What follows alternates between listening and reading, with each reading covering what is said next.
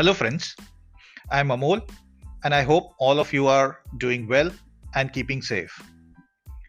Moving forward from the discussion that we had last week on brushing up our concepts around the rule of construction of statutes, let us start off with an interesting rule, which is rule of strict or literal construction.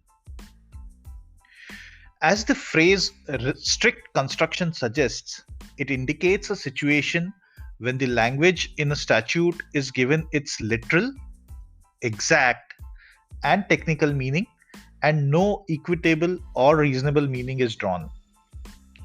This rule is also referred to as plain meaning rule, which means that where the language of a statute is plain and unambiguous, then it has to be read as such, and no equitable or reasonable interpretation of the same can be drawn. Now, it's a bit of a confusion or contradiction in itself, isn't it? The rule of constructions are applied to construe the intent of a statute in case of an ambiguity. And the rule of strict interpretation says that provisions need to be given plain and literal interpretation. Now, if the provisions are plain and give out strict literal meaning, then why would one need rules of construction and interpretation? In the matter of Commissioner of Customs versus Dilip Kumar, which is 2018 SCC Online SC 747, the 5 judges bench of Honorable Supreme Court at para number 25 made an observation. And I quote, "To say that strict interpretation involves plain reading of the statutes, and to say that one has to utilize strict interpretation in case of an ambiguity is self-contradictory. So then why do we need rule of strict construction or the plain meaning rule?" The Honorable Supreme Court in the said matter of Commissioner versus Dilip Kumar further clarifies in para 26, and I quote, "Strict construction of a statute is that which refuses to expand the law by implication or equitable considerations, but confines its operation to cases which are clearly within its spirit or reason, not so as to defeat the manifest purpose of the legislature, but so as to resolve all reasonable doubts against the applicability of the statute to the particular case." The rule of strict interpretation is typically applied in fiscal laws, taxing laws, and or penal legislations. Since a tax is an imposition on general public or citizens with an intent to collect money for public welfare, the benefit of any ambiguity should go to citizens and not to the state. The statute should thus be interpreted in strictest possible sense, and no stretched or extended interpretation can be given to the statute. And it is this place where the rule of strict interpretation comes into play. Now, over a period of time, with several Supreme Court judgments, following important principles with respect to strict interpretation of taxing statutes have come into existence. Now, what are those principles?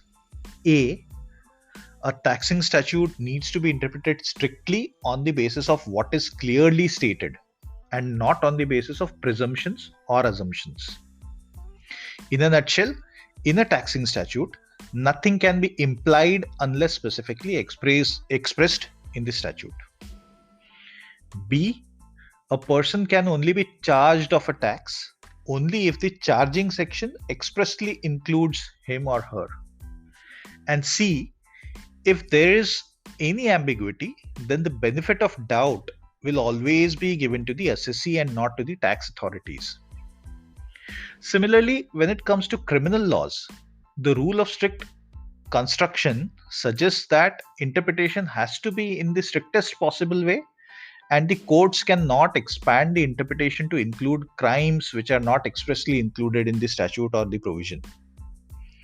The construction of criminal statutes following rule of lenity or rule of leniency, which means that in case there is any ambiguity in a statute, the same should be interpreted or resolved in favor of the accused and not the state.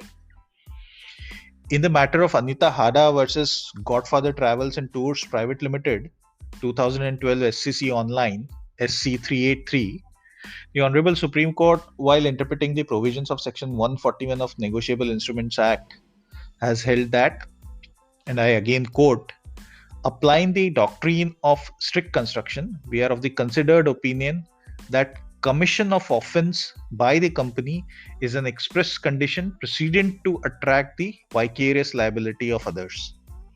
Now, here the Supreme Court has actually interpreted the statute strictly and not extended its meaning. It has said that vicarious liability, the question of vicarious liability rather, will arise only if the company is said to have committed an offense, and only then there is any question of talking about vicarious liability.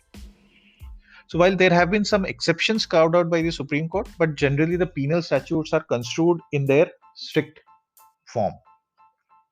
So if we were to summarize the key pointers of the rule of strict construction, we can safely say that 1. It's about literally and narrowly construing a statute and its language. 2. So read plain meaning of the words used in the provision while interpreting a statute under strict construction. And 3, since it's literal and narrow, it's typically used in construing fiscal, taxing, and penal statutes, where the benefit of doubt is always given to assessees, people who have to pay the fees or taxes, or the accused people.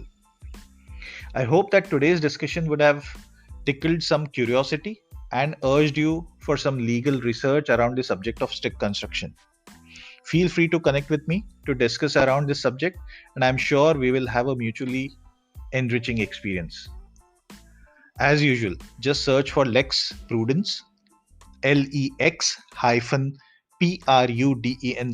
on your favorite podcast platform, Anchor, Spotify, Google Podcast, Breaker, or Radio Public, and listen, subscribe, and share.